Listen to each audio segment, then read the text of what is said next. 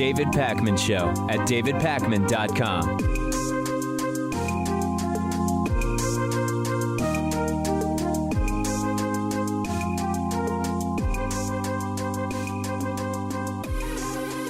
It is Thursday, which means we have the latest jobs numbers, and they're not good.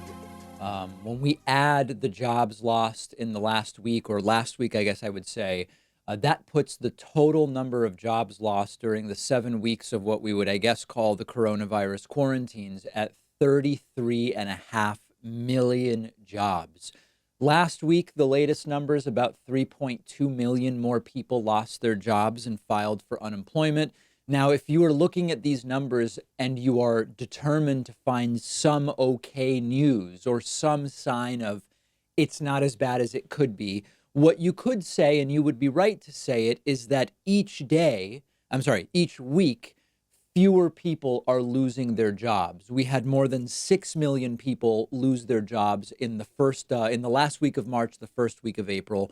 Only about half of that number each week over the last couple of weeks have lost their jobs in the 3 million job range. But in total, these are unconscionable numbers.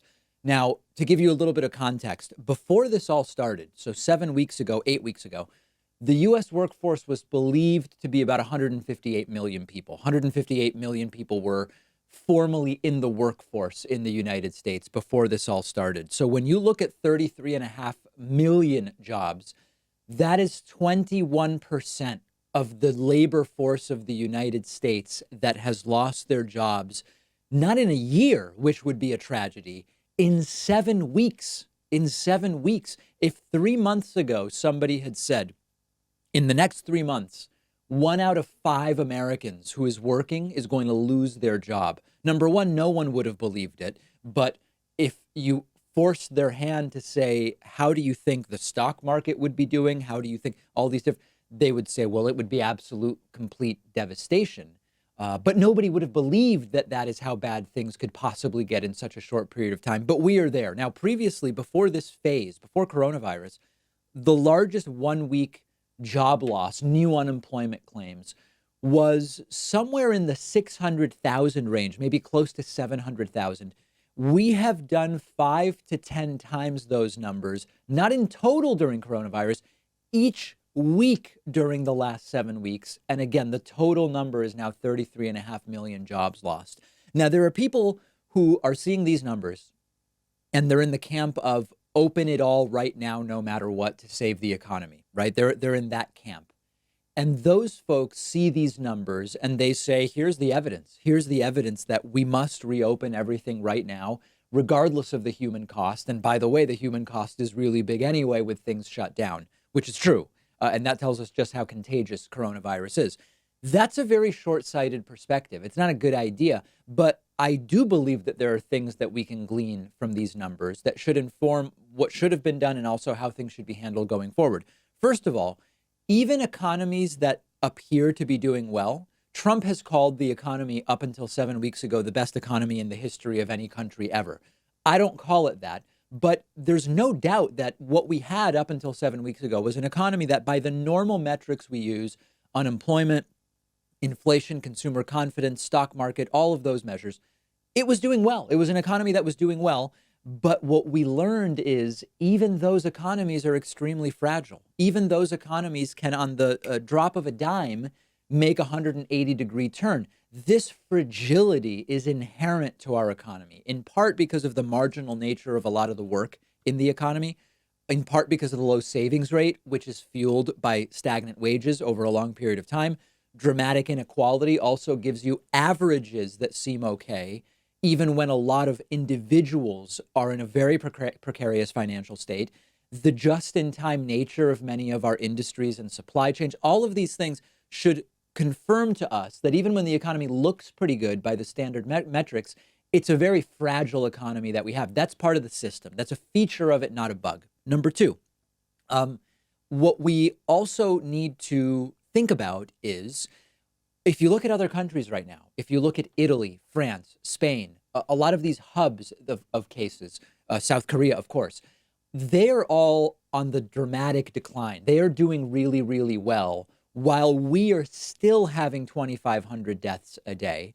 And that leads me to have to talk about Donald Trump's failure here. Now, I'm not going to do this completely irrational thing where I could sit here and tell you Trump obviously should have shut everything down on February 20th when we had 15 cases.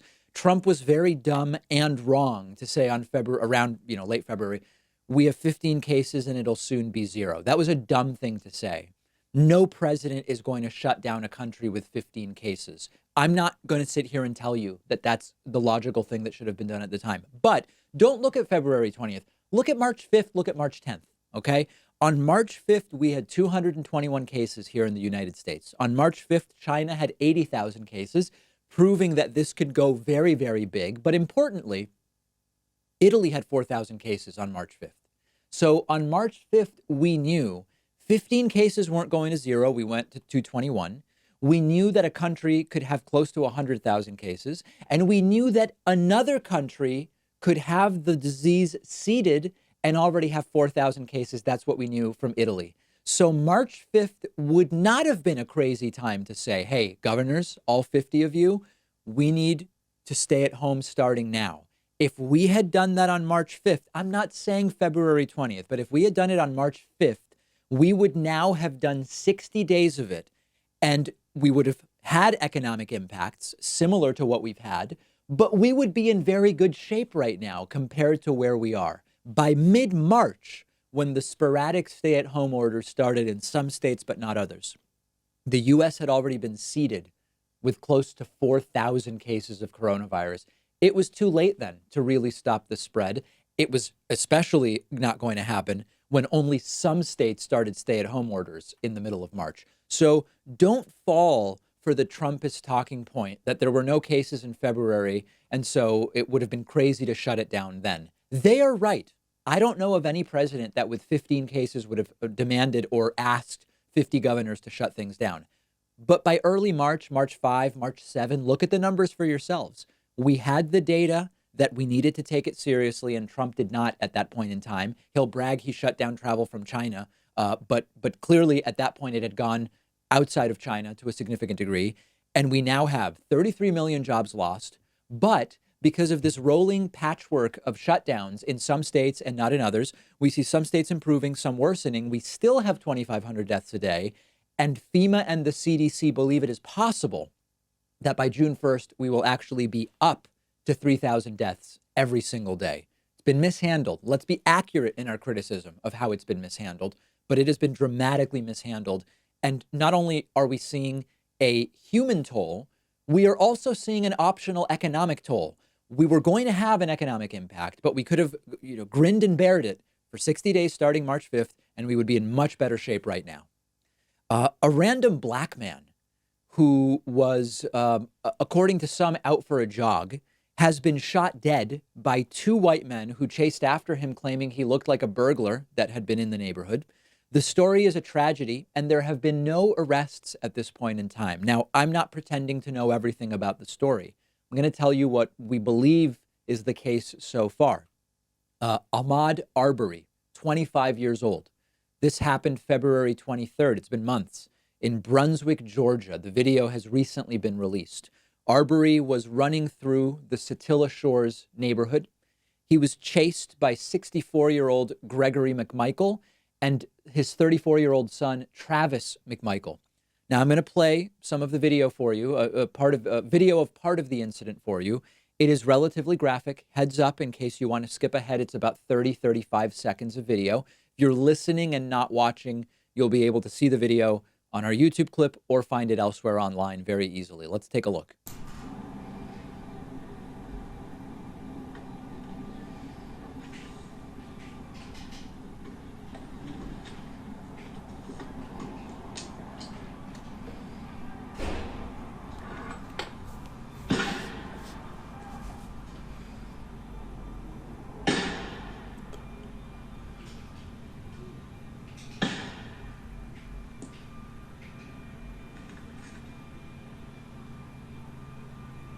No one has yet been arrested for this, although it has been more than 2 months since the incident took place. So here's the story as it has now been pieced together.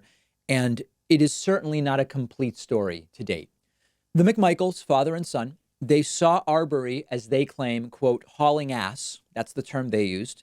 And they thought that must be the burglar who's been burglarizing houses in this neighborhood. So the McMichaels grabbed a .357 Magnum and a shotgun, one for each, got into their pickup truck and started chasing Ahmaud Arbery. A third man also joined the chase in their pickup truck. They caught up to Arbery, and Gregory McMichael reportedly shouted at him to stop, and this created a confrontation of sorts. McMichael claims Arbery started attacking his son Travis. A scuffle ensued, potentially over control of the shotgun that Travis McMichael had, which led to a shot being fired and subsequently a second shot being fired. Arbery did not have a weapon, and he was shot dead at the scene. Now, the next step would be, according to officials, for this to go to a grand jury. But it's important to understand that it's not necessary to wait for a grand jury to make arrests. And we're going to talk about that in a moment. We have a statement from Director Vic Reynolds of the Georgia Bureau of Investigations, Georgia Bureau of Investigation. And he talks about the case, and listen to the hemming and hawing that's going on here. I offered our assistance in this matter. Mr. Durden and I were able to connect and speak about 9:30 last night, and he quickly accepted our offer and asked us to become involved in the case. Some of you may not realize, but the GBI can only become involved in a matter when asked by the local authorities. After Mr. Durden's request last night, I advised him that we would hit the ground running this morning. We've now assigned this case to 3 of our experienced supervisory level agents. They come from 2 separate regions and a specialized unit which is located in the 3rd region. We've also decided that this case will be ran from headquarters, and that will bring to bear every resource and all the experience this agency has in resolving this matter. You know, our goal in every investigation is to seek the truth. So listen, guys, this is on video. Now, I admit, the video doesn't show us the start of the incident, and I'm going to talk about that in a moment. But it's been months. A lot of it is on video. This is a huge dog and pony show. Now, why have there not been any arrests? I'm going to do the best job I can at laying out the case for not arresting anyone yet. Okay, now I want to be really clear, disclaimers. I'm not saying this case that I'm about to lay out resonates with me. I'm going to make the strongest case I can to play devil's advocate. Okay. The McMichaels were legally carrying their guns. The .357 Magnum and the shotgun were legally open carried based on Georgia law. So having the guns with them is not legally a problem. They begin to pursue someone that they believe to be a burglary suspect. Now, you and I might say, listen, this resembles a burglary suspect. It was just a guy who happened to be black. That this is racism. There's race that explains what went on here. That's fine. It is still not illegal to pursue someone, again, under Georgia law, who they believe to be a burglary suspect. Now, you and I understand that this term burglary suspect is absolutely crazy. We're just talking about a guy who happens to be black, but I'm trying to lay out a legal case here so we can see both sides of this. Georgia law says a private person may arrest an offender if the offense is committed in the presence or within immediate knowledge. The video starts during a confrontation where there is already a scuffle between Arbery and one of the McMichaels. Now, again, under Georgia law, if indeed Arbery was attacking or trying to take the gun from McMichael, McMichael would be allowed to use up to deadly force in that situation. Now, the video starts too late to see how this all started. We don't have the story of the dead guy. We only have the story of the McMichaels, who, of course, don't want to be arrested and charged here. Now, I want to be really clear. I believe that these two should have been arrested and then let the legal system work. What I'm pointing out is that there is a case some are making for why it's logical that nobody has been arrested yet. But I have a different perspective. We have a system of justice. People are innocent until proven guilty. I'm not saying anything about the legal guilt of the McMichaels. That would be for a court to sort out. What I am saying is that this is clearly meeting the standard for it to be in the legal system. If the racial circumstances were reversed, If this were two black men with guns or three men in a pickup truck who identified a guy that resembled a burglar only in that he was white and the burglar was believed to be white, the two or three black men would have been arrested and charged, and it would be up to them to mount a legal defense at this point. They might be guilty legally. They might be not guilty legally. It would be up to the state to prove it in a court of law, but they would have been arrested and charged by now. In this case, it's been more than 2 months. No one's been arrested, merely on the say that the victim resembled a possible burglar in that he was black. This is laughable. Now, again, you don't have to take a position on guilt or innocence to critique the situation. You have people on the right saying the McMichaels have the presumption of innocence until proven guilty, and that is exactly right. They do. There is no argument for me on that, but nothing has happened to even put them in a position of being tried. And that is what doesn't make sense when you think about how this would have gone down if the circumstances were only slightly different. If you disagree with me, if I'm missing something, by all means, let me know. I want to get it right. That's what matters. I'm on Twitter at @DPakman. Quick break, right back after this. The David Pakman Show at davidpakman.com.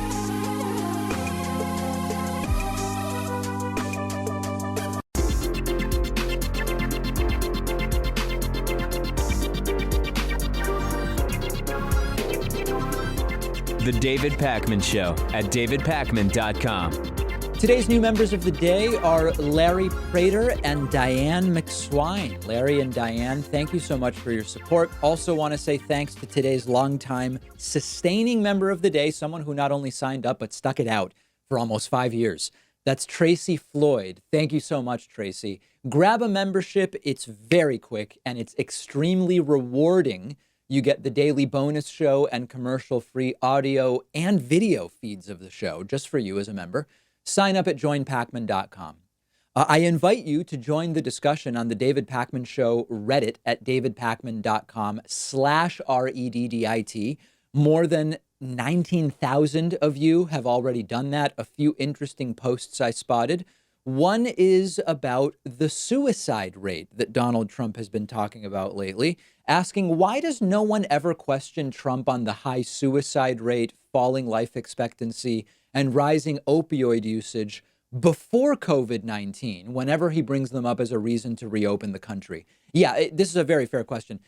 We are being gaslit daily by Donald Trump. When Donald Trump pulls out a piece of paper from his suit jacket with a graph of the just number of tests that the United States has done, we are being gaslit, right? We are a country of 331 million people, and what matters is the per capita testing rate. When Donald Trump now says, listen, staying home can make people depressed, people could commit suicide, people are addicted to drugs.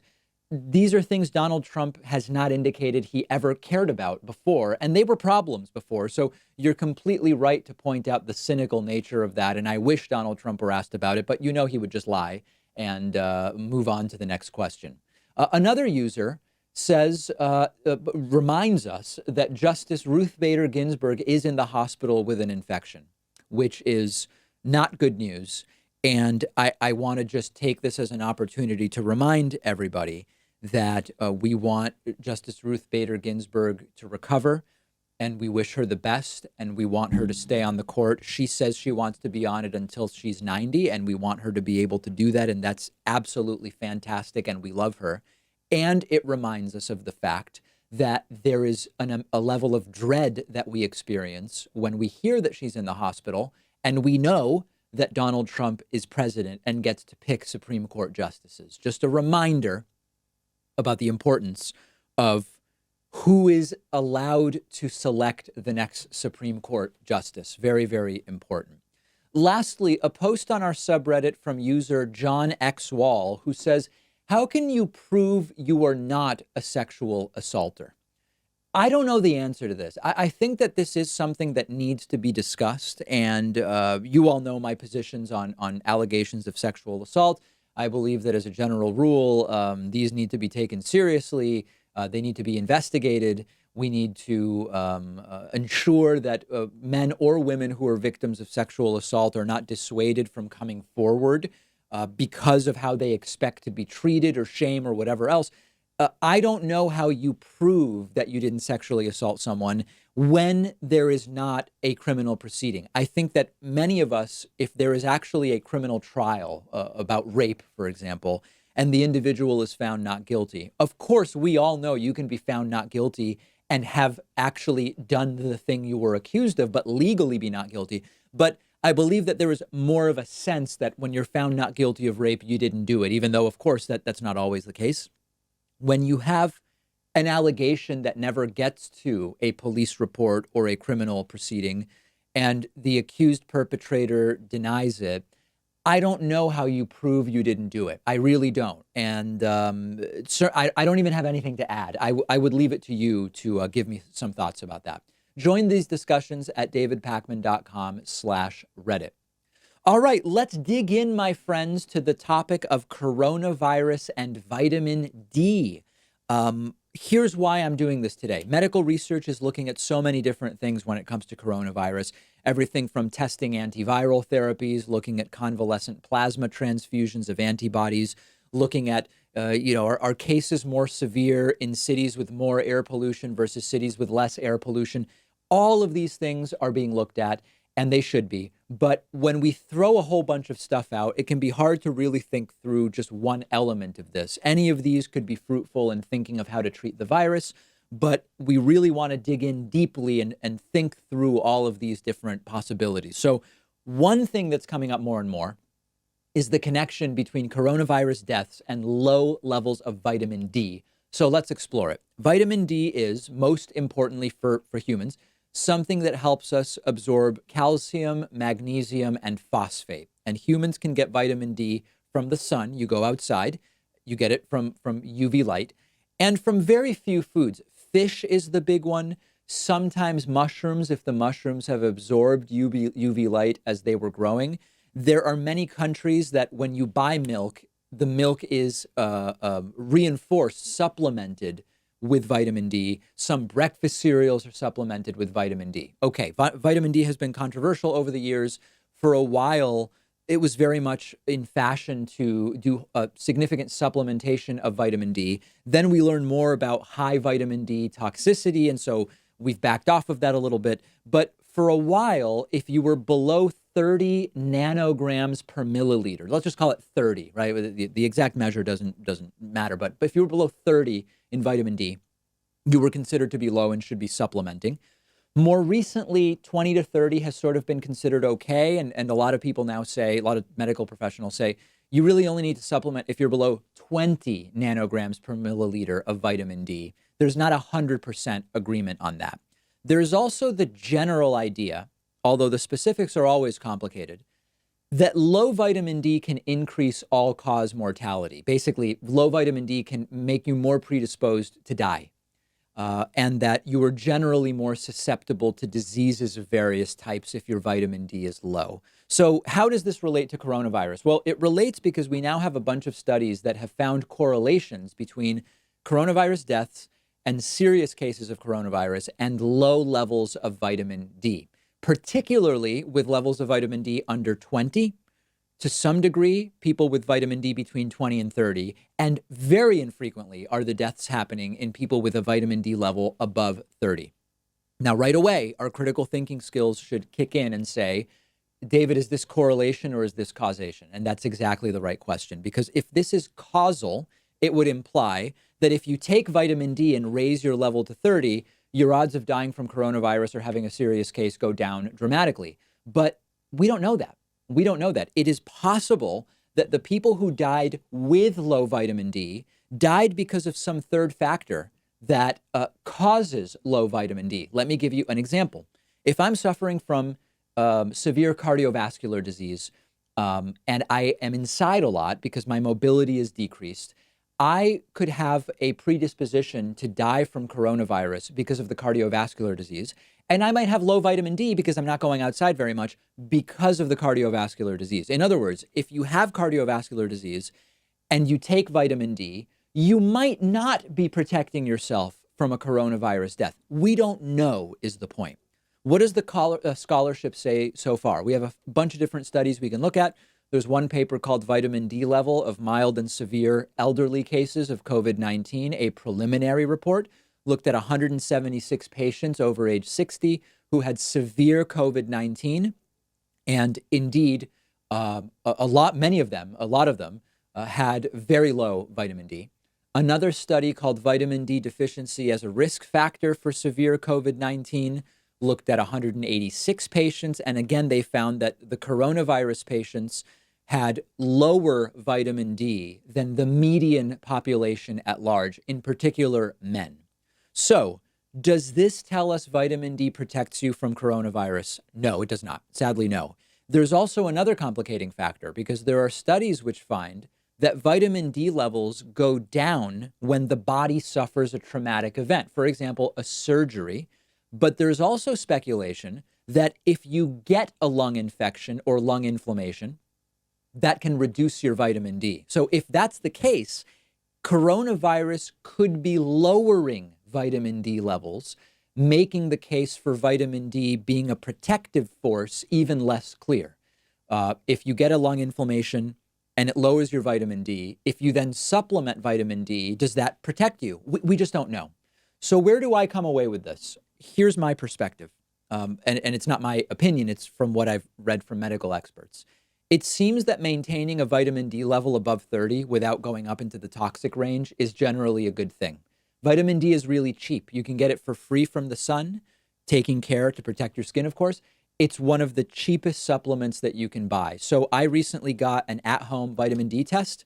It was, the end of the Boston winter. I have not been outside as much as I'm outside during the summer, and my level was 30.5, just above that minimum. So I am not supplementing. I eat plenty of fish. I'm spending more time outside now. As long as my level doesn't go super high, there's very little risk and very little cost to ensuring that I maintain above a 30 in vitamin D. Seems reasonable to me. Of course, always consult with your doctor. This is a general consensus from the medical community and not advice for any individual. That's vitamin D and coronavirus. By next week, we may know more. Press Secretary Kayleigh McEnany held her second press briefing yesterday. You might remember that Donald Trump's previous press secretary, Stephanie Grisham, held 0.0 press briefings during her entire time as press secretary. Kayleigh McEnany did one, I believe it was Friday, and she did one yesterday. Now, in her first one, she famously pledged not to lie to the press. Then she told 4 major lies, 2 related to the Russia investigation, 1 related to ventilators, and 1 related to Michael Flynn. So in about 3 minutes, she broke her pledge not to lie. Yesterday, 12 seconds into the press briefing, she lied by claiming that the U.S. is doing the most testing merely by saying we've done 7 million tests. Of course, as you all know, what matters is per capita in a country of 331 million people. Now, the last time that we covered her press briefings, I pointed out the press corps needs to ask her about that time she went on Fox News in February and said Trump will never allow coronavirus to come to the United States. Here's what she said back in February. Absolutely. This president will always put America first. He will always protect American citizens. We will not see diseases like the coronavirus come here. We will not see terrorism come here. And isn't that refreshing when contrasting it with the awful presidency of President Obama? Kayleigh McEnany, thank you so much. Good to see you tonight. Thank you. Now, to his credit, Jeff Mason from Reuters yesterday asked her about exactly those comments. Here is how she handled it. She turned to a particular page in her notebook. She knew the question might show up. She was prepared. Here's how she addressed it. You worked for the campaign, and you made a comment, I believe, on Fox, in which you said President Trump will not allow the coronavirus to come to this country. Given what has happened since then, obviously, would you like to take that back? Well, first, let me note, I was asked a question on Fox Business about the president's travel restrictions. I noted what was the intent behind those travel restrictions, which is we will not see the coronavirus come here. We will not see terrorism come here, referring to an earlier set of travel restrictions. I guess I would turn the question back on the media and ask similar questions. Does Vox want to take back that they proclaim that the coronavirus would not be a deadly pandemic? Does the Washington Post want to take back that they told Americans to get a grip, the flu is bigger than the coronavirus? Does the Washington Post likewise want to take back that our brains are causing us to exaggerate the threat of the coronavirus? Does the New York Times want to take back that fear of the virus may be spreading faster than the virus itself? Does NPR want to take back that the flu was a much bigger threat than the coronavirus? And finally, once again, the Washington Post, would they like to take back that the government should not respond aggressively to the coronavirus? I'll leave you with those questions, and maybe you'll have some answers in a few days. Kayleigh, Thank you very much. What's so funny about this is that she clearly feels like that was a huge mic drop moment where she walks off after turning it back around on the press. It's actually cringeworthy, and the entire thing was cringeworthy. She may not last long because it's getting more and more embarrassing. Now, the Trumpists seem to be liking it. That's what might keep her in the job. She starts the briefing 35 minutes late. It lasts only 25 minutes total. After taking only a few questions, she abruptly walks off after being asked about a completely laughable, ridiculous thing that she said. But the Trumpists love it. Don Jr. tweeted yesterday saying her answer was fire. And a whole bunch of Trumpists are just thrilled with Kayleigh McEnany. So let's analyze her argument. She said Trump won't let coronavirus come to the United States. And she responds by saying, listen, a lot of media outlets said this is not going to be a big deal in the United States. That's a terrible argument. Number one, it's not really an argument. It's actually the tu quoque fallacy, which is the appeal to hypocrisy is another way to say it, which is when you try to discredit your opponent's argument about something you did by pointing out that someone else did the same thing. And that it's fallacious, strictly speaking. How can the media criticize her when they said similar things, supposedly, is the way the argument goes? Now, first of all, when the media was saying this may not be a big deal in the United States, the media was reporting what different medical experts were saying, many of whom were people that were involved with the Trump administration. And so one thing to understand is a lot of the articles she's quoting are articles that are essentially citing the medical experts that the Trump administration picked to say things about coronavirus. That's number one. It's not like the media reports, when you look at independent and foreign experts, were not saying this would be a big deal. In fact, you can look at January and February and find a whole bunch of media reports that are not based on what Trump affiliated medical experts were saying. If you look at foreign countries, if you look at independent agencies in the US, they were saying, we could take actions that would prevent this, but if we don't, it's going to be a disaster. So she's actually wrong about that. And a lot of the reports that she cites were simply saying, here's what someone associated with the administration says is going to happen. She didn't say, here's what an expert says. She simply said, Trump won't allow the virus to come here. So she made a very different type of claim when she went on Fox News and said, Obama's presidency was awful. Trump's not going to allow it to come here. That was not, these are the medical experts alleging that. Now, secondly, none of those media people who were simply reporting what was being said were hired to be Trump's press secretary, right? The question about her competence is a very valid and good question because she was hired to be Trump's press secretary. Some Vox writer who quoted a health expert who may have been wrong or may have been taken out of, or whatever, they are not now speaking for the president. But clearly what she has done is show her hand. She is very much willing to attack the media. She is prepared to attack the media whenever she gets a question she doesn't like, very much like Donald Trump does. That's what we've learned. Make sure you're following The David Pakman Show on Instagram at David Pakman Show. We'll be back very soon. The David Pakman Show at davidpakman.com.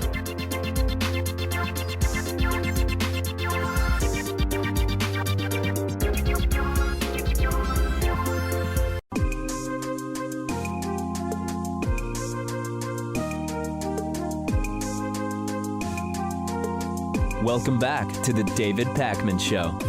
So yesterday, Donald Trump viciously snapped at a nurse who is just a nurse. She's not a politician. She was just telling the truth as she experienced it, which was that she had had only sporadic access to PPE, like masks and gowns and face shields. And Trump didn't like it. Trump did his thing where he crosses his arms like a petulant child. And he snapped at her and said, well, maybe your access was sporadic, but that's not what I'm hearing. Take a look at the video. So PPE has been sporadic, but it's been manageable, and we do what we have to do. We're nurses, and we learn to adapt and do whatever the best thing that we can do for our patients to get the job done and get the care provided. And that's what we're going to continue to do as COVID-19 continues. Sporadic for you, but not sporadic for a lot of other people. Oh, no, I agree, Mr. President. Because Absolutely. I've heard the opposite. I've heard that they are loaded up with gowns now. And, initially we had nothing. We had empty cupboards. She wasn't even saying anything that bad, right? I mean, access to PPE has been sporadic but manageable, she says. It's not like a huge attack on Trump. It's not really an attack on Trump at all. But Trump says, well, maybe it was sporadic for you, but not for other people. Oh, yeah, yes, Mr. President, she says. And of course, Donald Trump claims this is all because of the empty cupboards that Barack Obama left him. And this has to be called out now.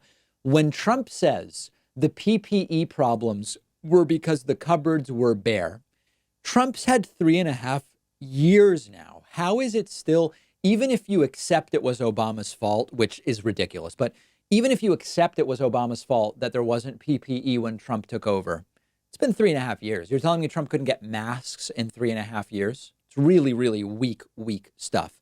Now, I want to be really clear. Trump doing this to a nurse is completely heartless.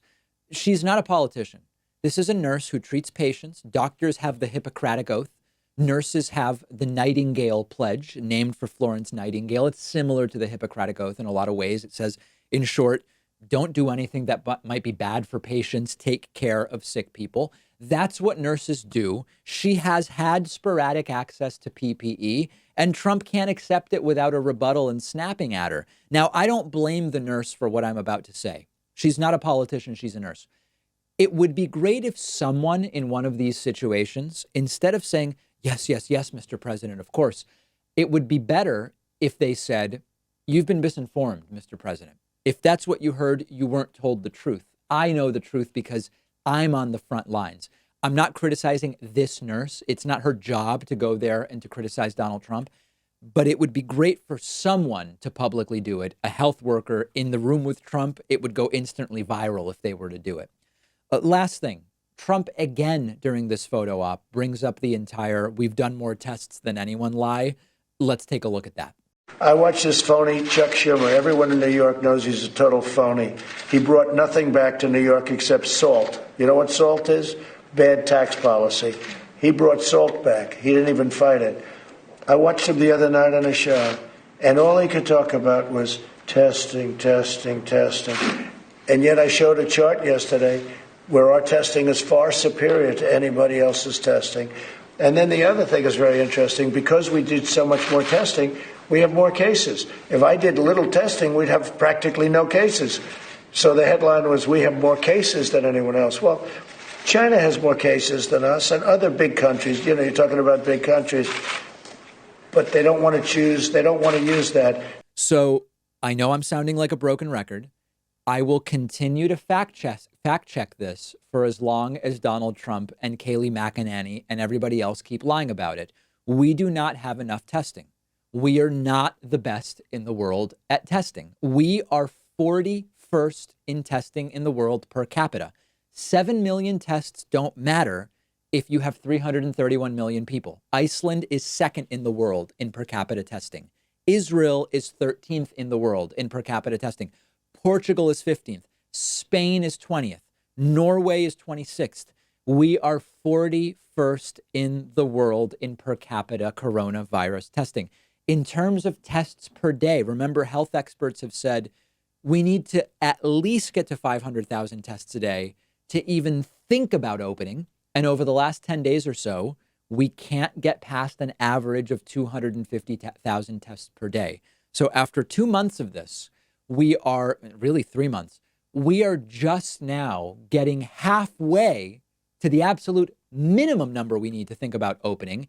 And 500,000 tests a day is just a starting point. We ideally would pass 500,000 a day, en route to 1 million a day, en route to 2 million tests a day. Trump is failing hugely. It's tragic. It's embarrassing. But he's snapping at nurses who tell the truth. Back briefly to the PPE thing. There are healthcare workers who are dying because they're getting the virus. There are healthcare workers in places that still are rationing PPE. wearing masks longer than they should, for example. And Trump, who has been president for 3.5 years, is simultaneously saying there's more than enough PPE, but also saying any shortage is because Obama left the cupboards bare, even though it's been 3.5 years. It has to stop. I received a very interesting email from a neuroscientist this week. And this neuroscientist said, David, you should just look at the verbal symptoms of schizophrenia rather than dementia or drug abuse to explain Donald Trump's behavior. And I want to dig right into this. Now, let me put the disclaimer right out there. I am not a neuroscientist. I am not coming up with any of this stuff, and I am not diagnosing Trump with anything. What I'm doing is pointing out, we've been looking at Trump's brain glitches, his speech patterns, his bizarre behavior, his walking away from his limo when it was right in front of him, his not seeing Rudy Giuliani when Rudy Giuliani was right in front of him, talking about the oranges of an investigation, hefsepahide, all of that stuff, right? We have heard from professionals who say it's cognitive decline. We've heard from professionals who say it's dementia. We've heard it could be a side effect of medication, could be drug abuse. A lot of different ideas. A neuroscientist wrote to me and said, David, look at the language disturbances that are outlined in schizophrenia and just see what you think. So I did it. Peer-reviewed journal article from this year. Journal is called Current Opinions on Psychiatry. The article is called Anomalies or Anomalies. Both are valid pronunciations. Anomalies in language as a biomarker for schizophrenia. And it says that impaired verbal communication is one of the key diagnostic features of schizophrenia spectrum disorders. And it lists the following traits. And I have to tell you, Trump does seem to experience every single one of these. Difficulties with lexical selection and retrieval. Trump has that issue. Disturbances in priming and reduced syntactic priming. Trump has that. Reduced proactive inhibition. Difficulties with coherently generating a narrative. Trump can't maintain a coherent narrative when he speaks. Using neologisms, word approximation, disturbances in cohesion, vague references, missing information, and confused references. It's like it's describing Trump's speech. Sentences with reduced syntactic complexity, less dependence and embedded clauses, and use fewer connective markers. That is Donald Trump's simplistic, childish speech described to a T. Compared with normal speech, the speech of those experiencing schizophrenia contains more hesitations, pauses, and longer pauses. That's Trump. Intonation is flat and monotonous. That is Trump. We've actually talked about, we say when Trump talks about the number of deaths and cases and the tragedy and suffering of coronavirus, we notice he seems to completely lack empathy. It also, interpreted differently, could be what the biomarkers, the verbal biomarkers of schizophrenia describe as a flat, monotonous intonation. So I'm not bringing this to you as a diagnosis. I am not coming up with this. What I'm telling you is a neuroscientist pointed out, look at this. Just take a look at it and see if it fits. And boy, does it fit. Let me know your thoughts. We will take a quick break and follow up on this very, very soon. The David Pakman Show at davidpakman.com.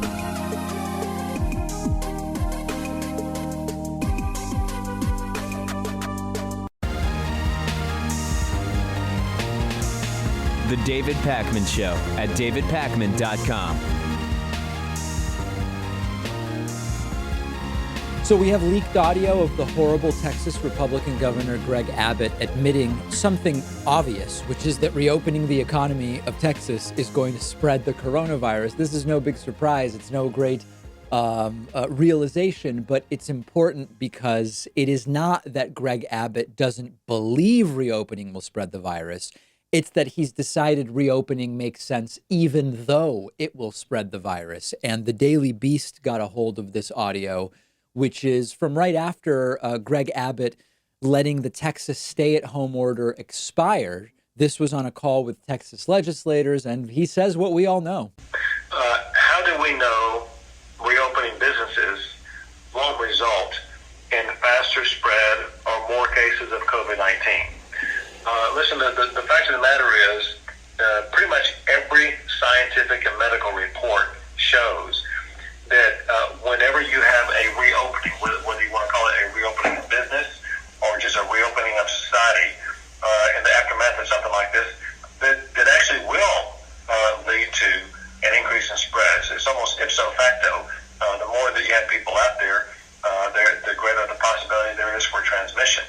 It's amazing because behind closed doors, sometimes they actually sound like rational people. If you just isolated that audio of saying, here's what the medical experts are saying, it will increase the spread, period, they don't sound that different than the responsible governors that we've seen manage these crises, some of which are Democrats and some of which are Republicans. It's refreshing in a sense, but of course, he's still reopening the state and the numbers aren't looking so good. And it only proves that what he's doing is not out of ignorance. It's actually out of indifference. And the media went right after Abbott for comment after this audio leaked. His spokesperson, John Whitman, said, oh, no, this is no big deal. All the governor is saying here is that medical experts claim that there could be more cases, but we're doing more testing, so everything is completely fine. That is the epitome of what you call crisis management and spin. Now, another response has been, life has risk. This is not just Texas now, but we've heard this from a lot. We've heard it from our favorite right-wing ideological commentators and from governors and all over the place. Life has risk. If you want to really be safe, you've got to stay in your house all the time forever. And even in your house, you could end up dying of carbon monoxide poisoning if you leave your gas stove on or whatever. I mean, it's really quite cynical.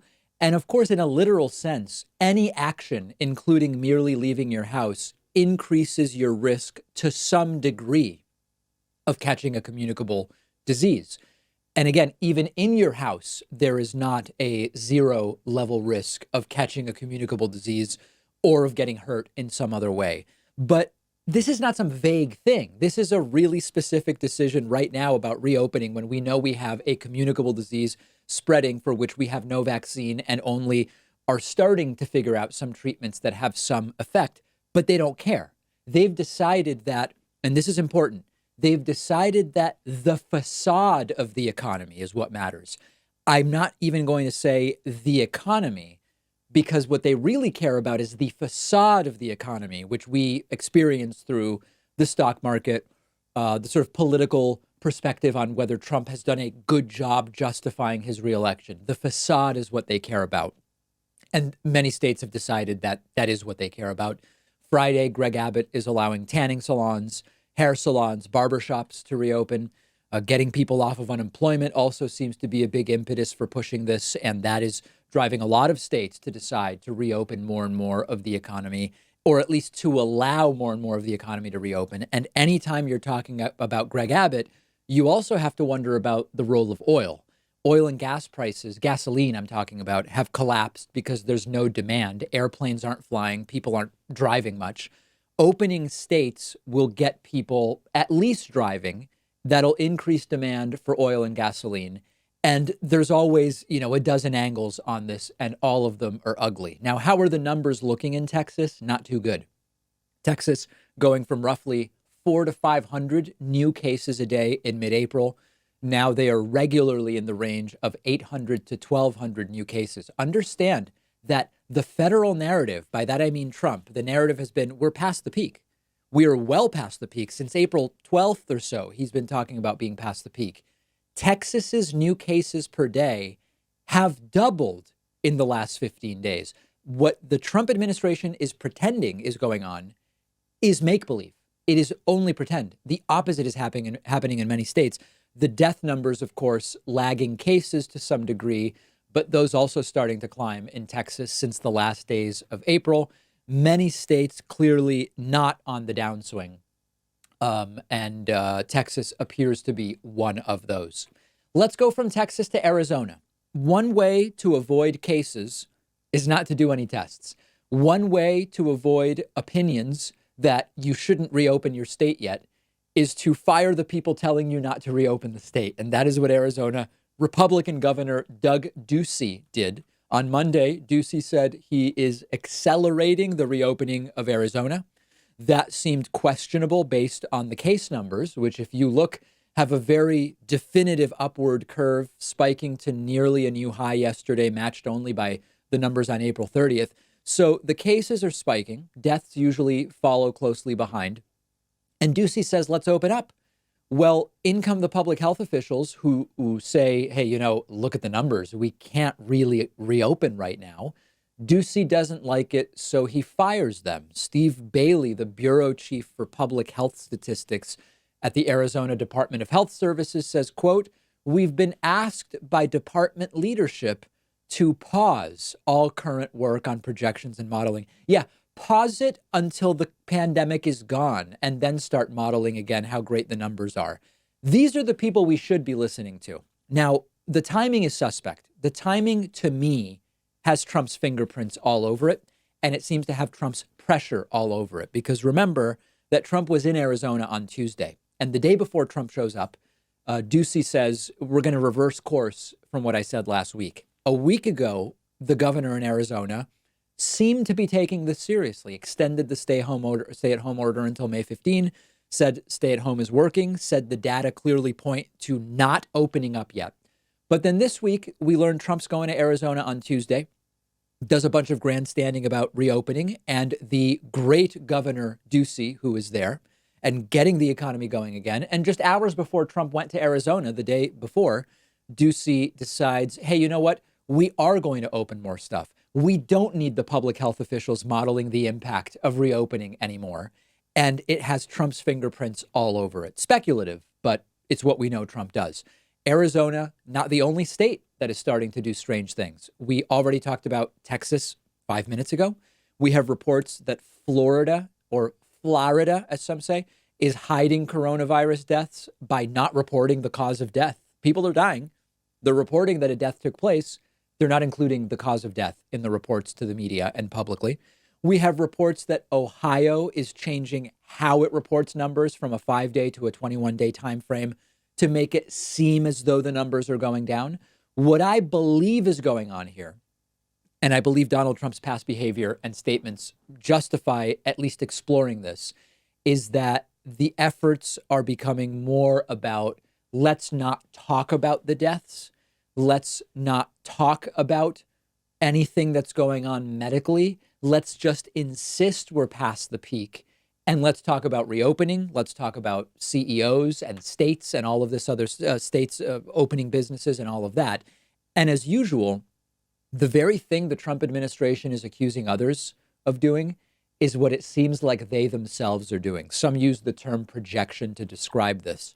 We're hearing more and more that the Trump administration is questioning whether the death numbers are accurate or whether they are higher than the real numbers. Meanwhile, what we're learning about are the strategies being employed by the Trump administration and by states to make it a case that the death numbers are actually lower than what they really are, while insisting that the testing is greater than what it actually is. Trump can keep repeating 2.2 million deaths all he wants, but he for weeks said 60,000, 60,000, 60,000. We're now at 75,000. Yesterday, 2,500 people died.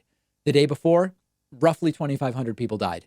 At this rate, we will be at 100,000 cases in 10 days, and it's going to continue going, and it's a fiasco, while Spain, Italy, France, many other countries have it under control. Don't take my word for it. Look at the data coming out of Italy, Spain, and France.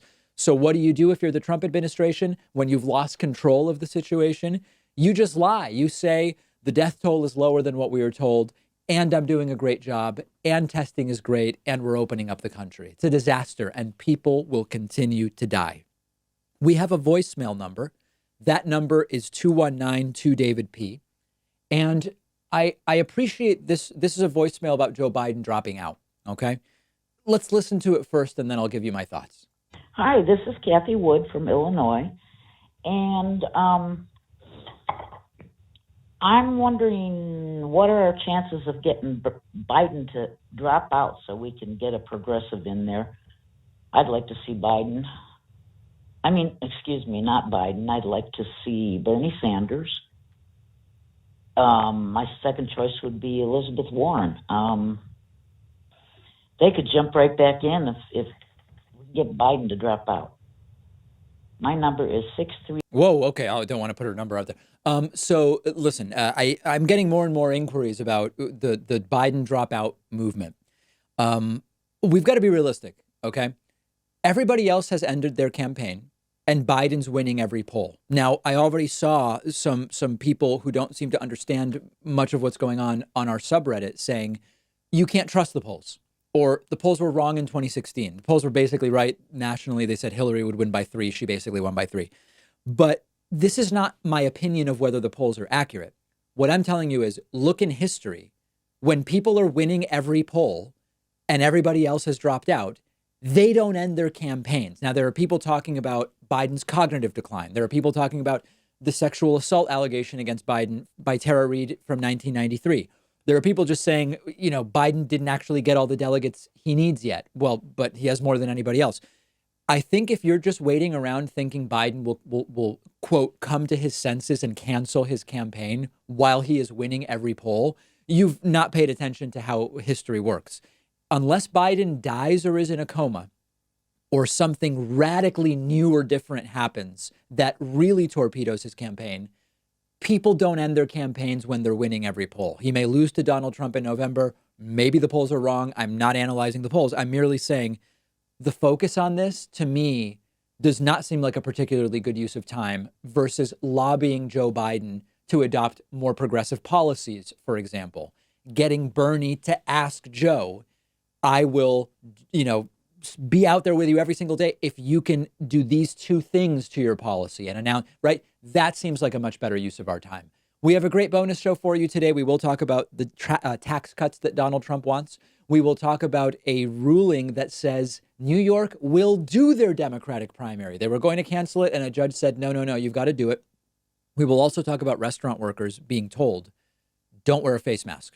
Don't wear a face mask or don't work. That is the choice that in Texas, in Dallas, some reopened restaurant workers are being told. All of those stories and more on today's bonus show. Sign up, get instant access at joinpakman.com.